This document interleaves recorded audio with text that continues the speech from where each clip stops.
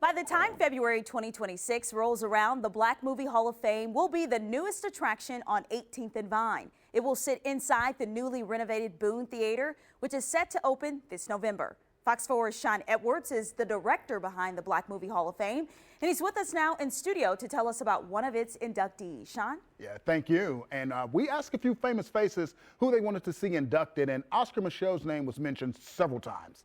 If you're not familiar with who he is, Oscar Micheaux is the grandfather of black cinema, a novelist and film savant who inspired generations of black filmmakers. And he's also one of Tyler Perry's greatest inspirations.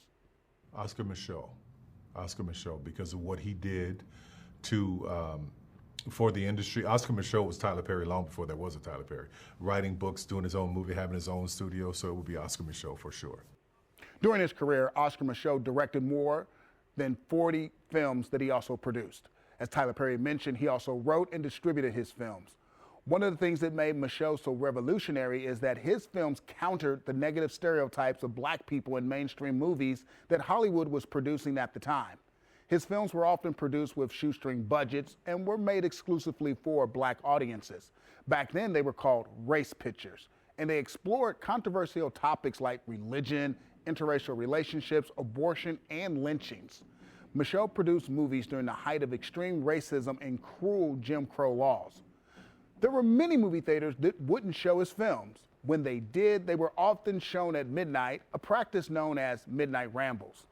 Micheaux was the first black person to produce a feature-length film. His movie, The Homesteader, was released in 1919 and based off of the semi-autobiographical novel of the same name.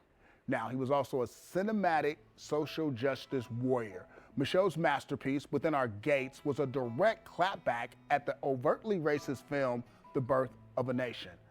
Unfortunately, very few of Micheaux's films exist today. The pioneering filmmaker was born in Illinois in 1884 and died in 1951. He's buried in Great Bend, Kansas, where the Micheaux Film Festival is held every year. Back to you, Kristen. All right, Shawn, thank you. Thank you.